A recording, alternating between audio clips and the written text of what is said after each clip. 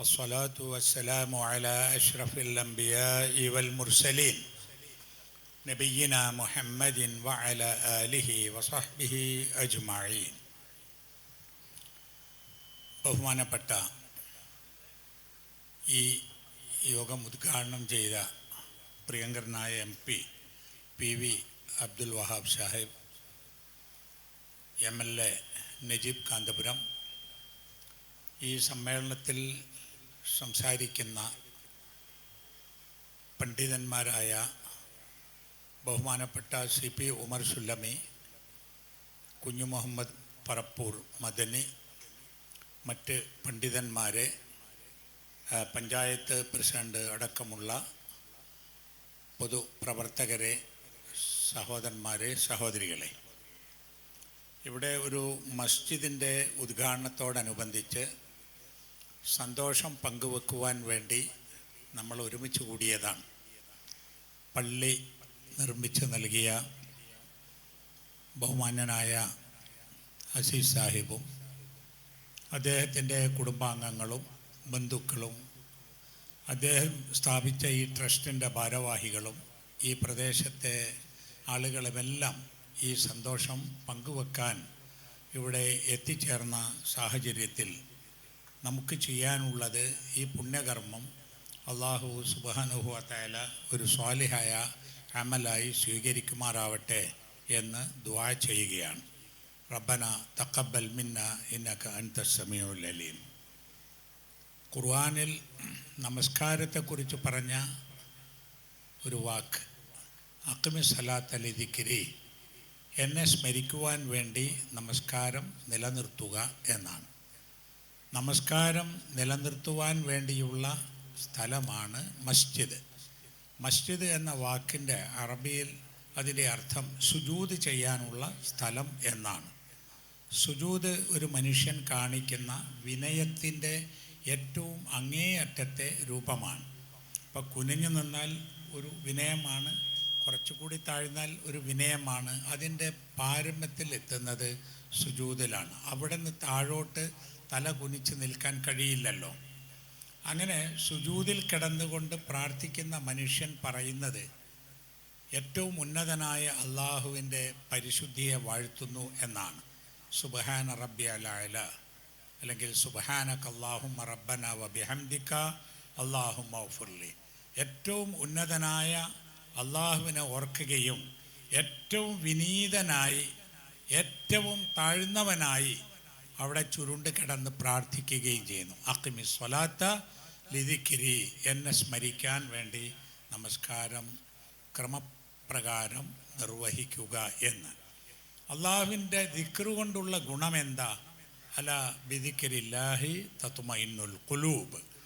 അറിയുക, അല ബിദിക്രില്ലാ, അള്ളാഹുവിനെ സ്മരിക്കുന്നത് കൊണ്ട് തത്മഇന്നുൽ ഖുലൂബ്, മനഃശാന്തി ഉണ്ടാകും. മനസ്സാണ് എല്ലാറ്റിൻ്റെയും അടിസ്ഥാന ഘടകം. ശരീരവും ജഡവുമൊക്കെ രണ്ടാമതുള്ള കാര്യമാണ്. നമ്മുടെ മനസ്സിൽ എന്താണോ അതാണ് യഥാർത്ഥത്തിലുള്ളത്. അതുകൊണ്ട് മനസ്സ് ശാന്തമാകണം. ഇന്ന് ആളുകളുടെ മനസ്സ് ഒരുപാട് അസ്വസ്ഥമാണ്, പല കാരണങ്ങൾ കൊണ്ടും. എല്ലാവരുടെയും മനസ്സ് അസ്വസ്ഥമാവാണ്. അപ്പോൾ അസ്വസ്ഥത ഇല്ലാതിരിക്കണമെങ്കിൽ അള്ളാഹുവിനെക്കുറിച്ചുള്ള ഓർമ്മയുണ്ടാകണം. മസ്ജിദ് നിർമ്മിക്കുന്നത് ഒരു മത്സരത്തിനും വാശിക്കും വേണ്ടിയല്ല. ല മസ്ജിദു ഉസ്സിസ അല തഖ്വ, തഖ്വയുടെ മുകളിൽ പടുത്തുയർത്തിയ മസ്ജിദ്, അവിടെയാണ് നമസ്കരിക്കേണ്ടത് എന്ന് ഖുർആൻ പറയുന്നുണ്ട്. തഖ്വ ഹാഹുന, തഖ്വ മനസ്സിലാണ്. അപ്പോൾ അള്ളാഹുവിൻ്റെ തൃപ്തി ആഗ്രഹിച്ചുകൊണ്ട് ഒരു പുണ്യകർമ്മം എന്ന നിലക്ക് സ്ഥാപിക്കപ്പെട്ട മസ്ജിദിലാണ് നമ്മൾ നമസ്കരിക്കേണ്ടത് എന്ന് ചുരുക്കം. മസ്ജിദ് എന്തിനാണ്? വഅന്നൽ മസാജിദ ലില്ലാഹ് ഫലാ തദ്ഉ ലില്ലാഹി അഹദ ഫലാ തദ്ഉ മഅല്ലാഹി അഹദ. പള്ളികൾ, മസ്ജിദുകൾ അള്ളാഹുവിനുള്ളതാണ്. അതുകൊണ്ട് തന്നെ അള്ളാഹുവിനെ കൂടാതെ, അള്ളാഹുവിനോട് കൂടെ മറ്റാരോടും പ്രാർത്ഥിക്കുവാൻ പാടില്ലാത്തതാണ്. ആ പ്രാർത്ഥനയാണ് ഒരു കർമ്മത്തെ ഇബാദത്താക്കുന്നത്. അദ്ദുആഉ ഹുവൽ ഇബാദ, ദുആ ചെയ്യലാണ് ഇബാദത്ത്. വളരെ കൃത്യവും നേർക്കുനേരെ മനസ്സിലാക്കാവുന്നതുമാണ് ഇസ്ലാമിൻ്റെ അഖീദ. സൃഷ്ടിച്ച് പരിപാലിക്കുന്ന പടച്ച തമ്പുരാനോട് അള്ളാഹുവിനോട് ദുആ ചെയ്ത് അള്ളാഹ്ക്ക് വഴിപ്പെട്ട് ജീവിക്കുക. അതാണ് ഇബാദത്ത്, അതാണ് തൗഹീദ്. ഇനി ഇവിടെ ഈ പ്രദേശത്തുകാരെ സംബന്ധിച്ചിടത്തോളം വലിയ ബാധ്യത വർദ്ധിക്കുകയാണ്. കാരണം പള്ളി നിർമ്മിച്ചു, അത് ഉദ്ഘാടനം ചെയ്തു, നമ്മളെല്ലാം കൂടി. ഇനി എന്താ? ഇനി ഇന്നമാ യഅ്മുറു മസാജിദല്ലാഹ് മൻ ആമന ബില്ലാഹി വൽ യൗമിൽ ആഖിർ വഅഖാമ സ്വലാത്ത വആത സകാത്ത വലം യഖ്ശ ഇല്ലല്ലാഹ്. ആരാണ് പള്ളി പരിപാലിക്കേണ്ടത്? തഅമീറുൽ മസാജിദ് എന്ന് പറഞ്ഞാൽ അത് രണ്ട് തരത്തിലുണ്ട്. ഒന്ന് പള്ളി നന്നാക്കുക, അതിൻ്റെ ഭൗതിക സാഹചര്യങ്ങൾ വർദ്ധിപ്പിക്കുക, അതൊക്കെ തഅമീറുൽ മസ്ജിദാണ്. മറ്റൊന്ന് പള്ളി എന്ന നിലക്ക് പള്ളിയിൽ ഉണ്ടാവേണ്ട കാര്യങ്ങൾ അത് നിരന്തരമായി കൊണ്ടുപോവുക. നമസ്കാരം, ഖുർആൻ പാരായണം, ദിക്റും ദുആയും, സ്വലാത്ത്, അതുപോലുള്ള കാര്യങ്ങൾ, ദീനി താലീം ഒക്കെ പള്ളിയിൽ ഉണ്ടാകണം. അത് ചെയ്യാൻ സാധിക്കുന്നത് അല്ലെ ചെയ്യേണ്ടത് ഇന്നമാ യഅ്മുറു മസാജിദല്ലാഹ്. ഒന്നാമത്തേത് മൻ ആമന ബില്ലാഹി വൽ യൗമിൽ ആഖിർ. അള്ളാഹുവിലും അന്ത്യദിനത്തിലും വിശ്വാസമുള്ളവരായിരിക്കണം. അള്ളാഹുവിലും അന്ത്യദിനത്തിലും വിശ്വാസമുള്ളവരാണ് പള്ളി കൊണ്ടു നടക്കേണ്ടത്. അതുപോലെ വഅഖാമ സ്വലാത്ത വആത സകാത്ത, നമസ്കാരം മുറപ്രകാരം നിർവഹിക്കണം, അതുപോലെ സക്കാത്ത് നൽകുകയും വേണം. വലം യഖ്ശ ഇല്ലല്ലാഹ്, അള്ളാഹുവിനെ കൂടാതെ ആരെയും ഭയപ്പെടാനും പാടില്ല. അതാണ് തൗഹീദ്. ഇപ്പോൾ വിശ്വാസമുണ്ട്, കർമ്മമുണ്ട്, സാമ്പത്തിക കാര്യങ്ങളുണ്ട്, എല്ലാം ദീനീയ കാര്യം ഉൾക്കൊണ്ട് മുന്നോട്ട് പോകുമ്പോഴാണ് അവർക്ക് പള്ളി കൊണ്ട് നടക്കാനുള്ള അർഹതയുണ്ടാവുക എന്നാണ് ഈ പറഞ്ഞതിൻ്റെ ചുരുക്കം. പള്ളി നമുക്ക് ഒരു സാംസ്കാരിക കേന്ദ്രമായി മാറണം. അങ്ങനെ ആയിരുന്നു പണ്ട്. അത് ഞാൻ പറയാനുള്ള കാരണം ഇന്ന് പള്ളികളെക്കുറിച്ച്, പള്ളിയിൽ നടക്കുന്ന കാര്യങ്ങളെക്കുറിച്ച് അനാവശ്യമായ വിവാദങ്ങൾ ഉണ്ടാക്കുന്നുണ്ട്. ഒരു പ്രദേശത്ത് എല്ലാവരും എതിർത്താലും ഒരു മദ്യഷാപ്പ് അവിടെ സ്ഥാപിക്കാൻ തീരുമാനിച്ചാൽ അതുണ്ടാകും. ആ നാട്ടിലെ ജനാധിപത്യ മര്യാദ പാലിച്ച് മുഴുവൻ ആളും ഒപ്പിട്ട് കൊടുത്താലും. എന്നാൽ ഒരു പള്ളി നിർമ്മിക്കുവാൻ വേണ്ടി നമ്മൾ ആവശ്യപ്പെടുമ്പോൾ അതിന് പെർമിഷൻ കിട്ടൂല.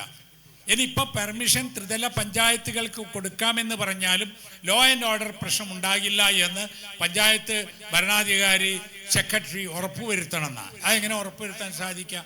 അള്ളാഹിനെ മാത്രം ആരാധിക്കുന്ന, അള്ളാഹുവിൻ്റെ മുമ്പിൽ വിനയം കാണിച്ച് നല്ല മനുഷ്യരായി ജീവിക്കാൻ ആളുകളെ സഹായിക്കുന്ന ഒരു മസ്ജിദ് എന്ന നിലയിൽ ഇത് വളർന്നു വരുന്നത് വലിയ ഉപകാരപ്പെടും എന്നത് ഉറപ്പാണ്. മറ്റൊന്ന് നമ്മുടെ നാട്, നമ്മുടെ രാജ്യം, പ്രത്യേകിച്ച് നമ്മുടെ കേരളത്തിൽ പ്രത്യേകിച്ചും നമ്മുടെ മലപ്പുറം ജില്ല മനുഷ്യ സൗഹാർദ്ദത്തിന് പേര് കേട്ട സ്ഥലമാണ്.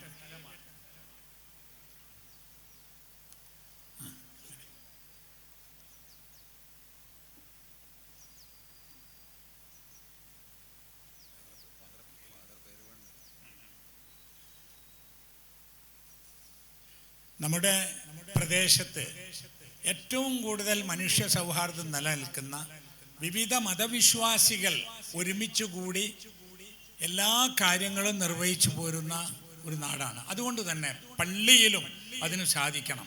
ഞാൻ മിനിയാന്ന് അബുദാബിയിൽ grand mosque, Sheikh Zayed grand mosque കാണാൻ പോയിരുന്നു. ഒരുപാട് ടൂറിസ്റ്റുകൾ വരുന്നു എല്ലാ രാജ്യത്തു നിന്നും.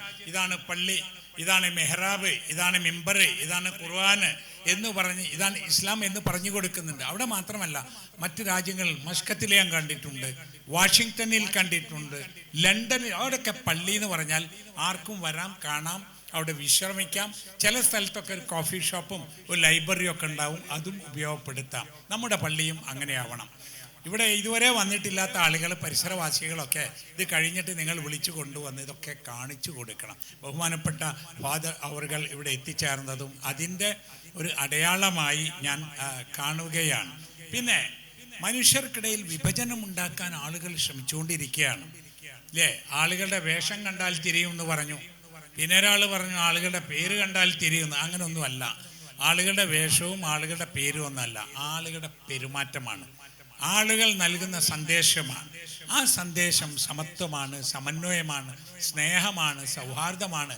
അതിനാണ് ആരാധനാലയങ്ങൾ എന്നത് നമ്മൾ പഠിപ്പിക്കണം. ആരാധനകൾ ഓരോരുത്തർക്കും ഓരോന്നാണ്, അത് ഓരോരുത്തരുടെയും ഐഡൻറ്റിറ്റിയാണ്, അവരുടെ സ്വാതന്ത്ര്യമാണ്. എന്നാൽ മറ്റുള്ളവർക്ക് അവരുടെ ആരാധന നിർവഹിക്കുവാനും വിശ്വാസം കൊണ്ടു നടക്കാനുമുള്ള സ്വാതന്ത്ര്യം ഉണ്ടാവുക എന്നത് ഒരു വലിയ കാര്യമാണ്. അതിലേക്കൊക്കെ ഒരു പ്രേരണയും പ്രചോദനവും ഈ മസ്ജിദ് നൽകുമാറാവട്ടെ എന്ന് ദുആ ചെയ്തുകൊണ്ട് നിർത്തുന്നു. അസ്സലാമു അലൈക്കും വറഹ്മത്തുള്ളാഹി വബറകാതുഹു. നമ്മുടെ ഈ പ്രോഗ്രാം